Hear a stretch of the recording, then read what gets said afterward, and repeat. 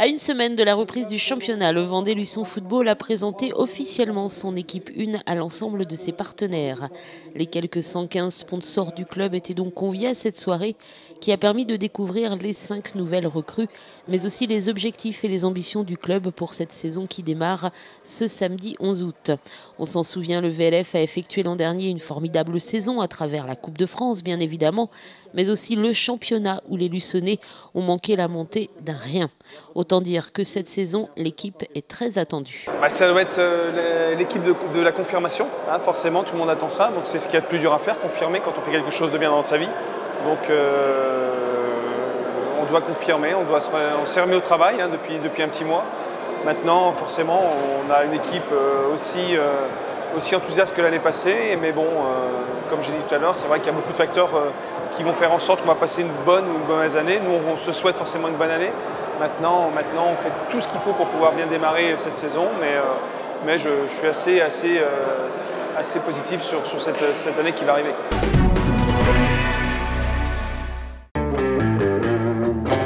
Ce qu'il manie, manifeste, ce qu'il manie, manie tout, mais qui subira les tests des grands sorciers manient tout. 3 quartiers, 3 ambiances. Le dernier jeudi de l'été à Luçon a une fois encore permis à tout le monde de faire la fête. Servi par une météo très estivale, cette dernière soirée a été prise d'assaut par la foule qui a profité des groupes jusqu'au bout de la nuit, ou presque.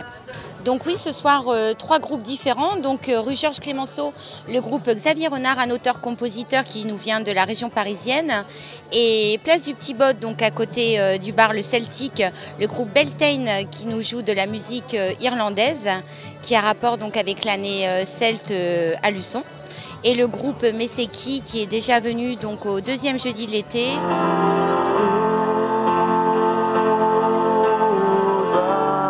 Bref, ces jeudis de l'été se sont conclus en fanfare et c'est tant mieux. L'équipe du Forum des associations travaille maintenant à la prochaine édition. La préparation des prochains avec une saison qui s'annonce changeante. Enfin, on verra l'année prochaine, pleine de surprises. Vous pouvez nous en dire plus ou ça reste un scoop ? Non, ça reste un scoop. On dévoilera sûrement la programmation en fin d'année 2012 ou début d'année 2013. Après 5 jours d'activité, ses 120 exposants et ses milliers de visiteurs, la 65e foire exposition de Luçon a refermé ses portes dimanche dernier. Pour le comité de la foire, l'heure est maintenant au bilan et le constat pour cette édition 2012 est plus que mitigé. Les nouvelles entrées pour accéder au site et la fermeture sur la rue Wilson ont été vivement critiquées, ainsi que la disposition des stands des exposants et du circuit sur le petit champ de foire. Donc effectivement, là je pense qu'il faut qu'on revoie absolument pour l'année prochaine la disposition. Mais franchement, j'aurais quand même voulu que les gens soient un petit peu plus compréhensifs, surtout au niveau des exposants et des visiteurs, et même aussi au niveau des commerçants de centre-ville, qui nous ont quand même dénigré énormément pendant cette foire. Et je trouve ça abject, parce que croyez-moi que nous, en tant que comité de foire bénévole pour monter quelque chose, les reproches, je pense qu'ils auraient quand même pu au moins venir me voir pour me parler un petit peu de la disposition, parce que là, nul n'est prophète, on aurait pu aussi leur dire exactement pourquoi on a fait ça, que d'aller raconter n'importe quoi au micro ou à qui veut entendre que le comité est nul et ainsi de suite. On a fait une erreur.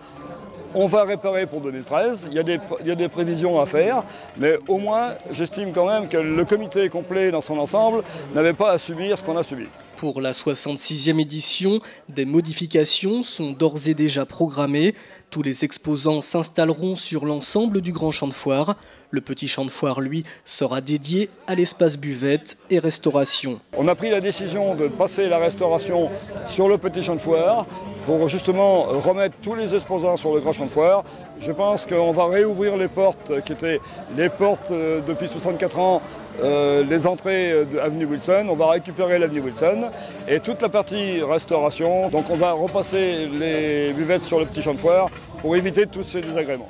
Donc je pense que 2013 sera peut-être une nouvelle année. Peut-être que ce ne sera peut-être pas aussi la formule complète, mais je pense que 2013, on va vraiment faire ce qu'il faut pour que les exposants d'abord travaillent, soient contents. Loïc Baudet a 44 ans.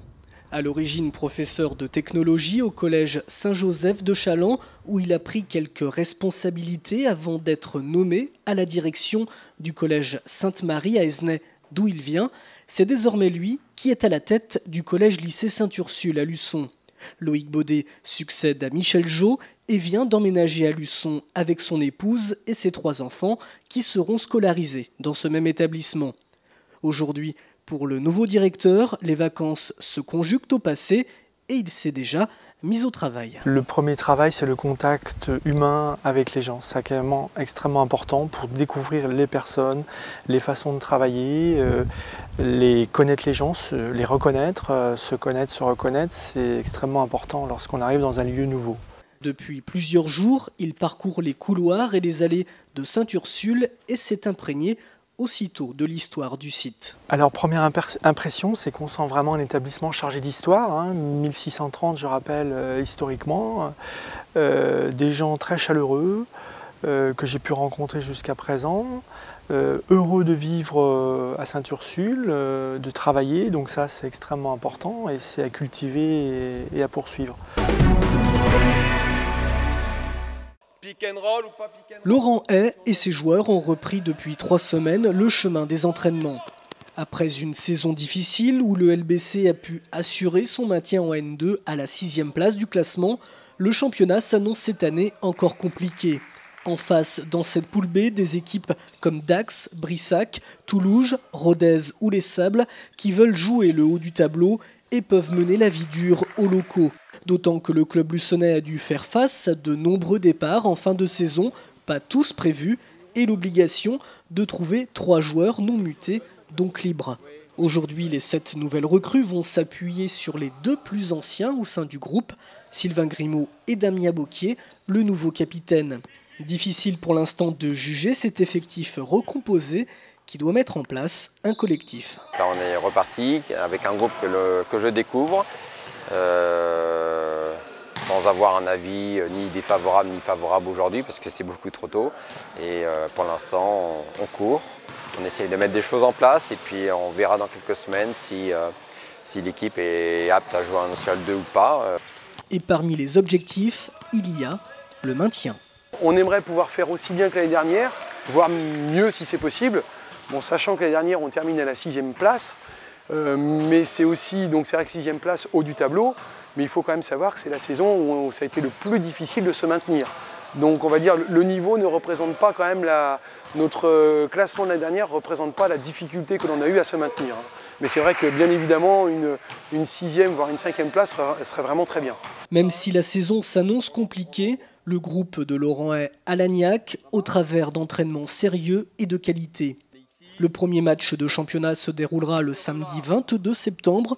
Le LBC se déplacera à Limoges avant de rencontrer consécutivement Marmande et Pornic à domicile.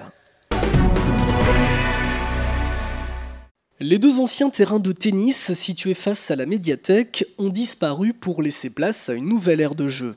Un souhait de l'équipe municipale qui voulait créer un nouvel équipement utilisable par l'ensemble de la population luçonnaise avec un accès libre et surtout sécurisé. Cette surface de jeu de 1250 m² est répartie en 3 espaces. Le premier dédié à une thématique raquette avec pratique du tennis, tennis-ballon, du badminton et du volley. Le second consacré aux sports collectifs tels que le football et le handball. Et le dernier pour le basket. L'emplacement de cette aire de jeu n'a pas été choisi au hasard.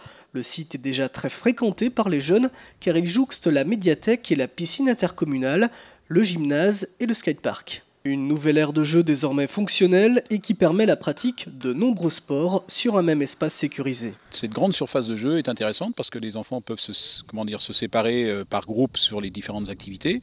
Et puis donc avec toute la sécurité qu'il faut, puisque nous avons, on le voit sur le site, les pare-ballons qui sont mis en place.